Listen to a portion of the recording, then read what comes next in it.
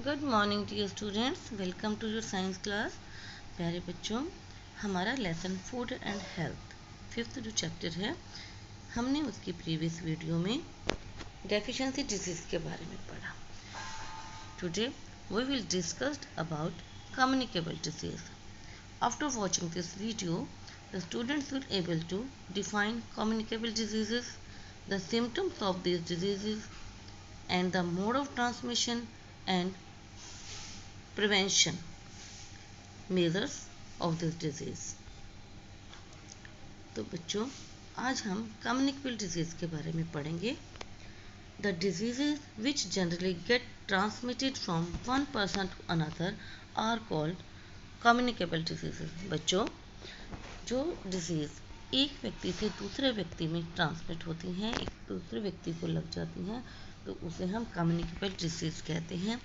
जैसे कि आजकल कोविड-19 है, तो ये कम्युनिकेबल डिजीज़ है। ये एक व्यक्ति से दूसरे व्यक्ति के कांटेक्ट में आने पर ये दूसरे व्यक्ति को भी इन्फेक्टेड कर देती है।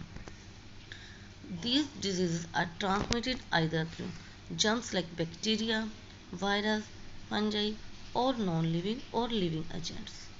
तो बच्चों, ये एक व्यक्ति से दूसरे व्यक्ति में कैसे फैलती है?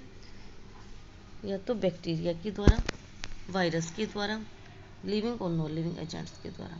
तो ये जो जर्म्स होते हैं इस बीमारी के, वो एक व्यक्ति से दूसरे व्यक्ति में कैसे जाते हैं? नोज़ और माउथ के द्वारा, या फूड एंड वाटर टेकन, या पानी और भोजन के खाने से।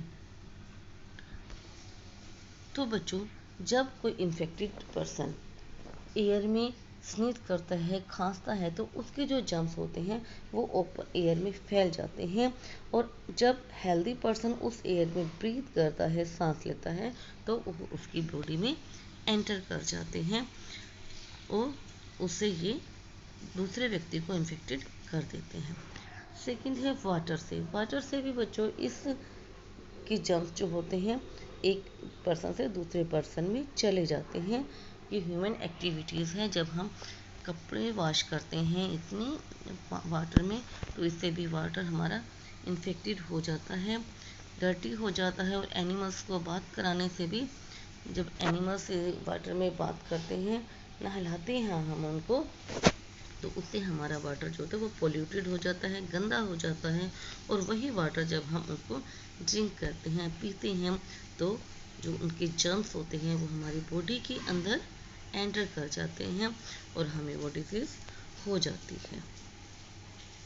तो बच्चों, एयर से, वाटर से और सॉइल से, और मलेरिया और डेंगू के जो जर्म्स होते हैं वो मॉस्किटो के बाइट से फैलते हैं।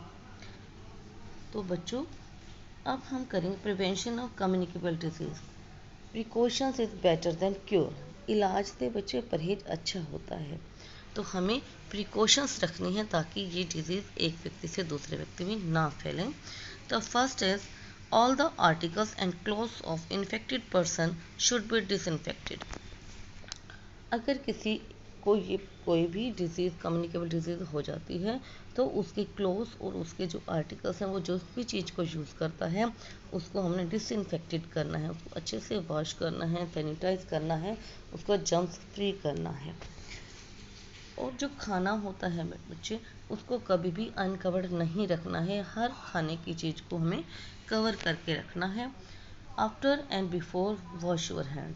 खाने से पहले और खाने के बाद हमें अपनी हैंड्स को अच्छे से वॉश करना है। अगर खांसी या छींकने पर हमें अपने फेस को हैंकी से या मास्क से कवर करना है, ताकि जो जर्म्स है वो एयर में सेपरेट ना हो सके। Next is the vaccination. But vaccination must be done to prevent many disease. तो बच्चों, वैक्सीनेशन क्या होता है? जब बच्चा छोटा होता है तो हम कोई बीमारी उसे लगने से पहले ही हम उसे एक वैक्सीन, एक छोटा इंजेक्शन लगवा देते हैं, जिससे क्या होता है वो बीमारी उस बच्चे को नहीं लगती है। तो आप सभी को भी वैक्सीन्स दी हुई होती हैं। जब बच्चे छोटे होते हैं तो सभी को इंजेक्शन्स लगाते हैं ताकि कोई भी ऐसी बीमारी ना फैले। तो इसीलिए वैक्सीनेशन बहुत ज़रूरी है। मीजल्स की, पोलियो की और चिकन पॉक्स की कुछ ऐसी डिजीज़ हैं जिनकी वैक्सीन बनी हुई है, उनको अगर हम बॉडी में किसी को लगा देते हैं, वैक्सीनेशन दे दी जाती है, तो उसको वो प्रॉब्लम, वो डिजीज़ नहीं होती है, उसके चांसेस कम हो जाते हैं बहुत ज़्यादा। तो वैक्सीनेशन मस्ट बी डन। तो वैक्सीनेशन बहुत ज़रूरी है।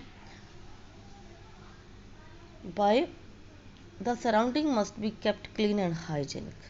तो जो हमारे आसपास का एरिया वो बिल्कुल साफ़ सुथरा और जर्म्स फ्री होना चाहिए। वहाँ कूड़ा करकट नहीं होना चाहिए, बिकॉज वहाँ पर मॉस्किटोज बहुत ज़्यादा बैठते हैं। Water must not be allowed to stagnate around home. हमारे घर के आसपास पानी को खड़ा नहीं होने देना है, बिकॉज अगर वहाँ पर पानी इकट्ठा हो जाता है तो वहाँ पर जर्म्स फैलने लग जाती हैं, जिससे ये डिजीज़ होने का चांसेस बहुत ज़्यादा होते हैं। It is important to keep on changing the water in room coolers, flower pots and other containers after every 3 or 4 days। ये बहुत ही इम्पोर्टेंट है बच्चे कि अगर हमारे घर में रूम कूलर्स हैं उसका पानी, फ्लावर पॉट्स का पानी और किसी कंटेनर में अगर हम पानी रखते हैं तो उसे विद इन 3 और 4 डेज में चेंज कर लेना चाहिए। इफ़ इट नॉट चेंज, अगर इसे हम नहीं चेंज करते हैं, सच water can become an breeding place of dengue mosquitoes. तो ऐसे जो पानी होता है उसमें डेंगू मॉस्किटो के फैलने का बहुत ज़्यादा चांसेस हो जाते हैं। तो बच्चों, आजकल जो कोविड-19 की जो महामारी फैली हुई है उसमें भी हमें यही प्रिकॉशंस यूज़ करने हैं। हमें मास्क का यूज़ करना है, अपनी हैंड्स को बार बार वॉश करते रहना है, किसी की चीज़ को बाहर जाकर किसी की चीज़ को टच नहीं करना है और अपने घर के अंदर ही सेफ रहना है। तो हम ये प्रिकॉशंस यूज़ करके हम इस महामारी को भी ऐसे ही भगा सकते हैं, दूर कर सकते हैं, हम इस महामारी को ख़त्म कर सकते हैं। ओके, तो follow this precautions, stay home, stay safe. Thank you.